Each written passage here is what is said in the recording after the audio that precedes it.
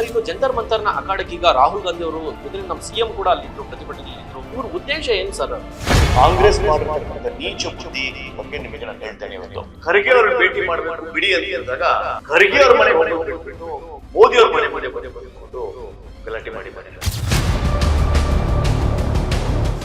ಪ್ರಧಾನಿ ಅವರ ರಾಜೀನಾಮೆನಾ ಅಥವಾ ವಿದ್ಯಾರ್ಥಿಗಳ ಭವಿಷ್ಯನಾ ಅಥವಾ ನರೇಂದ್ರ ಮೋದಿ ಅವರ ಇವ್ರ ಉದ್ದೇಶ ಏನು? ಪ್ರತಿಭಟನೆ ಉದ್ದೇಶ ಏನು? ಪ್ರಧಾನಮಂತ್ರಿಯನ್ನ ಕೂಡಿಟ್ಕೊಳ್ತೀವಿ, ಪ್ರಧಾನಮಂತ್ರಿಯನ್ನ ಗಲ್ಲಿಗೇರಿಸ್ತೀವಿ ಅಂತ ಯುವಕರು ಹೇಳ್ತಾ ಇದ್ದಾರೆ. ಪ್ರಧಾನಮಂತ್ರಿಗೆ ಏನಾದ್ರೂ ತೊಂದರೆ ಕೊಡ್ಬೋದಾ? ಮನೆಗೆ ಬೆಂಕಿ ಹಾಕ್ಬೋದಾ? ಪೊಲೀಸರ ಮೇಲೆ ಆಗ್ತಾ ಇರುವಂತ ಅಲ್ಲಿ ದಾಳಿಗಳು ಸ್ಕ್ವಾಡ್ ಹಾಕೊಂಡಿರುವಂತವ್ರ ಅಥವಾ ವಿದ್ಯಾರ್ಥಿಗಳ ಯಾರು ಸರ್ ಅವರು? ಎಲ್ಲ ಬಂದಿರ್ತಕ್ಕಂಥವ್ರು ಕೆಲ್ಸಕ್ಕಿಲ್ದೇ ಇರೋರು ದುಡ್ಡಿಗೋಸ್ಕರ ಬಂದು ಗಲಾಟೆ ಮಾಡ್ತಾ ಇರೋದು ಪೇಡ್. ಸಾಕ್ಷಿಯಾಗಿ ಅಮೇರಿಕನ್ ಕೌನ್ಸುಲೇಟ್, ಅಮೇರಿಕನ್ ಏನು ರಾಯಭಾರಿ ಇದೆ, ಆ ರಿಪೋರ್ಟ್ ನಿನ್ನೆ ಸಿಬಿಐಗೆ ಮತ್ತು ಭಾರತ ಸರ್ಕಾರಕ್ಕೆ ಸಿಕ್ಕಿದೆ.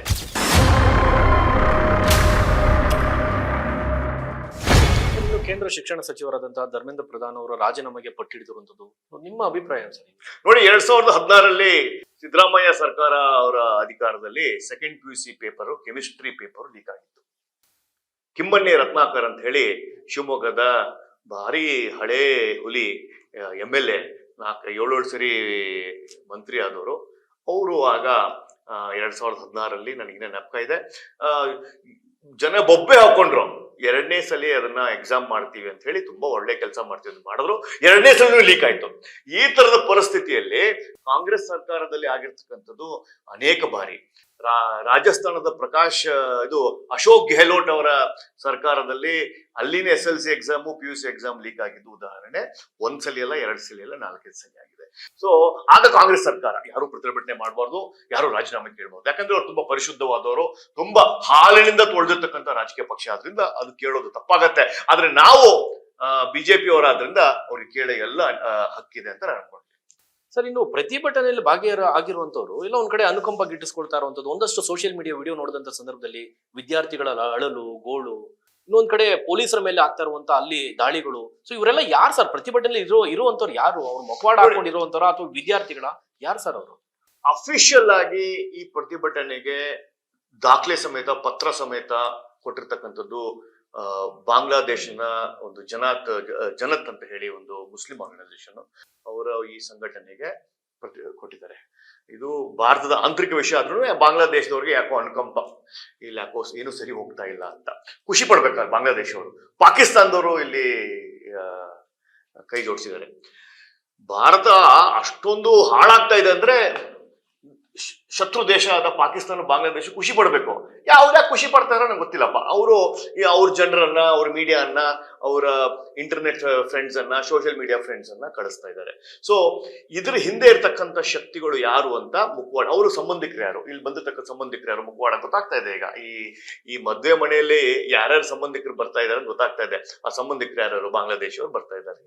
ಯಾವಾಗ ಕಾಕ್ರೋಚ್ ಜನತಾ ಪಾರ್ಟಿ 1 ಕೋಟಿ ಸಬ್ಸ್ಕ್ರೈಬರ್ ಅನ್ನು ಹೊಂದಾಗ ಅದ್ರ ಬಗ್ಗೆ ಒಂದು ಅನಾಲಿಸ್ ಮಾಡಿದಾಗ 80% ಭಾರತ ಬಿಟ್ಟು ಹೊರಗಡೆ ಇನ್ಸ್ಟಾಗ್ರಾಮ್ ಫಾಲೋವರ್ಸ್, ಫೇಸ್ಬುಕ್ ಫಾಲೋವರ್ಸ್ ಆಗಿದ್ದು ಯಾವುದು ಪಾಕಿಸ್ತಾನ, ಸೌದಿ ಅರೇಬಿಯಾ, ಬಾಂಗ್ಲಾದೇಶ್ ಕಡೆಯಿಂದ.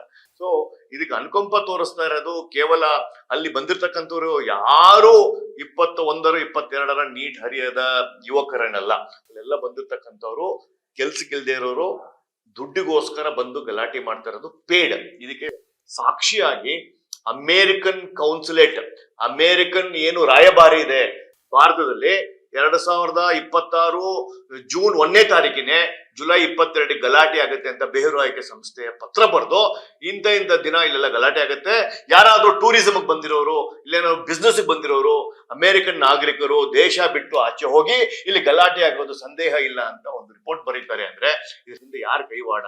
ಆ ರಿಪೋರ್ಟ್ ನಿನ್ನೆ CBIಗೆ ಮತ್ತು ಭಾರತ ಸರ್ಕಾರಕ್ಕೆ ಸಿಕ್ಕಿದೆ.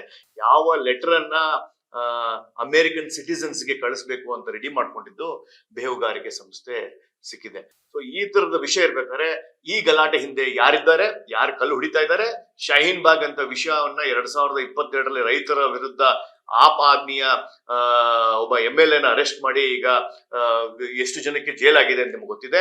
ಉಮರ್ ಖಾಲಿದ್ ಅಂತ ಇದೇ ಕೆಲಸಕ್ಕೆ ಅವನನ್ನ ಅರೆಸ್ಟ್ ಮಾಡಿದ್ರೆ ನಿಮ್ಗೆ ಗೊತ್ತಿದೆ. ಸೊ ಇದೆಲ್ಲವೂ ಶತ್ರು ದೇಶದ ಷಡ್ಯಂತ್ರ ಅಂತ ಯುವ ಜನತೆಗೆ ಪಾಪ ಯಾವತ್ತೋ ಇವತ್ತೋ ಪೇಪರ್ ನೋಡೋರ್ಗೆ, ಅವತ್ತೋ ಇವತ್ತೋ TV ನೋಡೋರ್ಗೆ ಯಾವ ಯುವಕರ ಬಗ್ಗೆ ಅನುಕಂಪ, ಕಣ್ಣೀರು, ಪೊಲೀಸು ದರ್ಪವನ್ನ ಅಂತ ಏನ್ ಹೇಳ್ತಾ ಇದ್ದಾರೆ, ಅವರಿಗೆ ಒಂದು ಕಿವಿ ಮಾತು. ಶಾಂತಿಯುತವಾಗಿ ಜಂತರ್ ಮಂತರಲ್ಲಿ ಕೆಲಸ ಮಾಡಬೇಕಾಗಿದ್ದು, ಸ್ಟ್ರೈಕ್ ಮಾಡಬೇಕಾಗಿದ್ದು. ಸೆಕ್ಷನ್ 143 ಇದೆ, ಕರ್ಫ್ಯೂ ಇದೆ, ದಯವಿಟ್ಟು ಹೋಗ್ಬೇಡಿ ಅಂತ ಪೊಲೀಸರನ್ನ ಧಿಕ್ಕರಿಸಿ ಪೊಲೀಸ್ ವ್ಯಾನ್ಗಳಿಗೆ, ಪೊಲೀಸ್ ಚೌಕಿಗಳಿಗೆ ಬೆಂಕಿ ಹಚ್ಚಿ ಕಲ್ಲು ಹೊಡೆದಾಗ ಫಸ್ಟ್ ರಿಟಾಲಿಯೇಷನ್ ಮಾಡಿದ್ದು ಪೊಲೀಸರು ಮಾಡಿದ್ದು ಕೆಲಸ ಸರಿ ಇದೆ. ಲಾಠಿ ಏಟು, ಬಿಸಿ ಬಿಸಿ ಕಜ ಇನ್ನ ಬರಬೇಕಾಗಿದೆ. ಸರ್, ಇನ್ನು ಜಂತರ್ ಮಂತರ್ನ ಅಖಾಡಕ್ಕೆ ಈಗ ರಾಹುಲ್ ಗಾಂಧಿ ಅವರು, ಕಾಂಗ್ರೆಸ್ನ ರಾಹುಲ್ ಗಾಂಧಿ ಅವರಾಗಿರ್ಬೋದು, ಕಾಂಗ್ರೆಸ್ನ ಸಾಕಷ್ಟು ನಾಯಕರುಗಳು ಜಂತರ್ ಮಂತರ್ ಜೊತೆಲಿ ನಮ್ಮ ಸಿಎಂ ಕೂಡ ಅಲ್ಲಿದ್ರು, ಪ್ರತಿಭಟನೆಯಲ್ಲಿ ಇದ್ರು. ಇವ್ರ ಉದ್ದೇಶ ಏನ್ ಸರ್? ಏನ್ ಧರ್ಮೇಂದ್ರ ಪ್ರಧಾನ್ ಅವರ ರಾಜೀನಾಮೆನಾ, ಅಥವಾ ವಿದ್ಯಾರ್ಥಿಗಳ ಭವಿಷ್ಯನಾ, ಅಥವಾ ನರೇಂದ್ರ ಮೋದಿ ಅವರ ಇವ್ರ ಟಾರ್ಗೆಟ್, ಇವ್ರ ಭವಿಷ್ಯ, ಇವ್ರ ಉದ್ದೇಶ ಏನ್? ಪ್ರತಿಭಟನೆ ಉದ್ದೇಶ ಏನಿದೆ ನೋಡಿ. ಎಷ್ಟೊಂದು ಜನ ಗೊತ್ತಿಲ್ಲ. ನಿನ್ನೆ ರಾಹುಲ್ ಗಾಂಧಿ ಅವರು ಪ್ರಧಾನಮಂತ್ರಿ ಮನೆ ಮುಂದೆ ಧರಣಿ ಕೂತ್ಕೊಂಡಿದ್ರು ಅಂತ ಒಂದು ಇನ್ಫಾರ್ಮೇಶನ್ ಬಂದಿದೆ. ಅಲ್ಲಿಂದ ಅವರು ಪೊಲೀಸರು ಎತ್ತಾಕೊಂಡು ಹೋಗಿದ್ದಾರೆ ಅಂತ. ಆದ್ರೆ ಕಾಂಗ್ರೆಸ್ ಮಾಡಿರ್ತಕ್ಕಂಥ ನೀಚ ಬುದ್ಧಿ ಬಗ್ಗೆ ನಿಮಗೆ ನಾನು ಹೇಳ್ತೇನೆ ಇವತ್ತು. ಮಲ್ಲಿಕಾರ್ಜುನ್ ಖರ್ಗೆ ಅವರ ಹುಟ್ಟಹಬ್ಬ ಇದೆ. ಮಲ್ಲಿಕಾರ್ಜುನ್ ಖರ್ಗೆ ಅವರ ಮತ್ತು ಮೋದಿ ಅವರ ಮನೆ ಒಂದು 500 ಮೀಟರ್ ಅಂತರದಲ್ಲಿದೆ. ಅಲ್ಲಿ ನಾವೆಲ್ಲ ಎಂಪಿಗಳು ಬಂದಿದ್ದೇವೆ, ಖರ್ಗೆ ಅವ್ರನ್ನ ಭೇಟಿ ಮಾಡ್ಬೇಕು ಬಿಡಿ ಅಂತ ಹೇಳಿದಾಗ ಖರ್ಗೆ ಅವ್ರ ಮನೆಗೆ ಹೋಗೋದು ಬಿಟ್ಬಿಟ್ಟು ಮೋದಿ ಅವ್ರ ಮನೆ ಮುಂದೆ ಬಂದು ಕೂತ್ಕೊಂಡು ಗಲಾಟೆ ಮಾಡಿದ್ದಾರೆ. ಪೊಲೀಸರಿಗೆ ಸುಳ್ಳು ಹೇಳಿದ್ದಾರೆ, ಅಲ್ಲಿನ ಇಂಟೆಲಿಜೆನ್ಸ್ಗೆ ಸುಳ್ಳು ಹೇಳಿ ಧರಣಿ ಕೂತ್ಕೊಂಡಿದ್ದಾರೆ. ಯಾಕೆ ಧರಣಿ ಕೂತ್ಕೊಂಡ್ರು ಅಂದ್ರೆ, ನೇಪಾಳಿನ ದೊರೆಯ ಮನೆಗೆ ಬೆಂಕಿ ಹಾಕಿದ್ರು, ಬಾಂಗ್ಲಾದೇಶದ ಹಸೀನಾ ಪ್ರೆಸಿಡೆಂಟ್ಗೆ ಮನೆಗೆ ಬೆಂಕಿ ಹಾಕಿದ್ರು, ಶ್ರೀಲಂಕಾದ ಪ್ರೆಸಿಡೆಂಟ್ ಮನೆಗೆ ಬೆಂಕಿ ಹಾಕಿದ್ರು. ಎಲ್ಲವೂ ಅಮೆರಿಕದ ಒಂದು ಡೈರೆಕ್ಷನ್ ಅಲ್ಲಾದ ಕತೆ. ಇಲ್ಲೂ ಏನಾದ್ರು ಮಾಡಬಹುದಾ ಅಂತ ಹೇಳಿ ಪ್ರಧಾನಮಂತ್ರಿಗೆ ಏನಾದ್ರು ತೊಂದರೆ ಕೊಡ್ಬೋದಾ, ಮನೆಗೆ ಬೆಂಕಿ ಹಾಕ್ಬೋದಾ? ಯಾಕಂದ್ರೆ ಅನೇಕ ಪ್ರೊಟೆಸ್ಟ್ಗಳಲ್ಲಿ ಪ್ರಧಾನಮಂತ್ರಿಯನ್ನ ಗುಂಡಿಟ್ಕೊಳ್ತೀವಿ, ಪ್ರಧಾನಮಂತ್ರಿಯನ್ನ ಗಲ್ಲಿಗೇರಿಸ್ತೀವಿ ಅಂತ ಯುವಕರು ಹೇಳ್ತಾ ಇದ್ದಾರೆ. ಪ್ರಧಾನಮಂತ್ರಿಯನ್ನ ನಾವು ಶೂಟ್ ಅಟ್ ಸೈಟ್ ಮಾಡ್ತೇವೆ, ಮೋದಿ ಅವ್ರ ಬಗ್ಗೆ ಮಾತಾಡ್ತಾ ಇದ್ದಾರೆ. ಪಾರ್ಲಿಮೆಂಟ್ ಅನ್ನು ಕಿತ್ತು ಬಿಸಾಕ್ತೇವೆ, ಪಾರ್ಲಿಮೆಂಟ್ಗೆ ನಾವು ದಂಗೆ ಹೇಳ್ತೇವೆ ಅಂತ. ಇದು ಕೇವಲ ಕಾಂಗ್ರೆಸ್ನ ಒಂದು ಆಂಟಿ ಬಿಜೆಪಿ ಪ್ರೋಗ್ರಾಮ್. ಚುನಾಯಿತ ಪ್ರತಿನಿಧಿಗಳು ಲೋಕಸಭಾ ಒಳಗಡೆ ಹೋಗಿ ಪ್ರತಿಭಟನೆ ಅಥವಾ ಪ್ರಶ್ನೆಗಳು ಕೇಳಬೇಕು. ಅವ್ರು MLA MP ಇದ್ದಾರೆ, ಅಟ್ಲೀಸ್ಟ್ ಪಾರ್ಲಿಮೆಂಟಿನ ಮುಂದೆ ಅದಕ್ಕಿಂತ ಒಳ್ಳೆ ಜಾಗ, ಅಲ್ಲಿಗಿನ ಒದ್ದೆ ವೇದಿಕೆ ಇಲ್ಲ. ಅದು ಬಿಟ್ಟು ಪ್ರಧಾನಮಂತ್ರಿ ಮನೆ ಮುಂದೆ ಹೋಗ್ತಾರೆ ಅಂದ್ರೆ ಇದು ಕೇವಲ ಒಂದು ಅಮೆರಿಕದ ಷಡ್ಯಂತ್ರದ ಭಾಗವಾಗಿ ಭಾರತವನ್ನ ಕೆಟ್ಟದಾಗಿ ತೋರಿಸ್ಬೇಕು ಅಂತ. ಇತಿಹಾಸದ ಪುಟಗಳನ್ನು ತೆಗೆದು ನೋಡಿ, ಯಾವ ಪಾರ್ಲಿಮೆಂಟ್ ಸೆಷನ್ನಿನ ಮೊದಲನೆಯ ದಿನವೇ ಈ ತರದ ಅವಾಂತರ ಆಗಿರುತ್ತೆ. 2024ರಲ್ಲಿ ಫಾರ್ಮ್ ಬಿಲ್ ಅಂತ ಬಂತು, 2022ರಲ್ಲಿ ಮೋದಿ ಸರ್ನೇಮಿನ ಹೆಸರಿನ ಬಂತು, FRC ಬಗ್ಗೆ ಬಂತು, SIR ಬಂತು. ಅನೇಕ first day of parliament session Congress ಅವರು ಆಚೆ ಕಡೆ ಗಲಾಟೆ ಮಾಡಿದ ಉದಾಹರಣೆ ಇದೆ. ನಿನ್ನೆ ಮಾಡಿರೋದು ಏನು ಆಶ್ಚರ್ಯ ಪಡ್ಬೇಕಾಗಿಲ್ಲ. ರಾಜಕೀಯವಾಗಿ ಗೆಲ್ಲಕ್ ಆಗದೆ ಇರೋರು ಕೇವಲ ಈ ನಟರೇನಿದ್ದಾರೆ, ಕಾಂಗ್ರೆಸ್ ಏನಿದೆ, ಈ ಸರ್ಕಾರ ದೇಶದ ವಿರುದ್ಧ ಇದೆ, ದೇಶದ ಯುವಜನತೆ ವಿರುದ್ಧ ಇದೆ ಅಂತ ಹೇಳ್ಕೊಂಡು ಎಲೆಕ್ಷನ್ ಮಾತ್ರ ಗೆಲ್ಲಕ್ ಆಗ್ತಾ ಇಲ್ಲ. ದೇಶದ ವಿರುದ್ಧ ಇದ್ರೆ, ನಿಮ್ಮ ಪರ ಇದ್ರೆ ನೀವ್ ಯಾಕೆ ಎಲೆಕ್ಷನ್ ಗೆಲ್ತಾ ಇಲ್ಲ? ಯಾಕೆ 40 ಸೀಟಿಗೆ ನಿಮ್ದು ಸೀಮಿತ ಆಗಿರುತ್ತೆ? ಯಾಕೆ 90 ಸೀಟಿಗೆ ನಿಮ್ದು ಅಲ್ಲಿಗೆ ನಿಂತ್ಕೊಂಡು ಹೋಗುತ್ತೆ ನಿಮ್ಮ ಮೀಟ್ರು? ಯಾಕೆ ಎಲ್ಲರನ್ನು ಸೇರಿಸ್ಕೊಂಡು ನೀವು ಗುಡ್ಡೆ ಹಾಕ್ತಾ ಇದ್ದೀರಾ? TMC ಅವ್ರು ಗುಡ್ಡೆ ಹಾಕೊಂಡ್ರಿ, ಶಿವಸೇನನ್ ಗುಡ್ಡೆ ಹಾಕೊಂಡ್ರಿ, NCP ಗುಡ್ಡೆ ಹಾಕೊಂಡ್ರಿ, DMK ಗುಡ್ಡೆ ಹಾಕೊಂಡ್ರೆ ಆಚೆ ಹೋದ್ರಿ.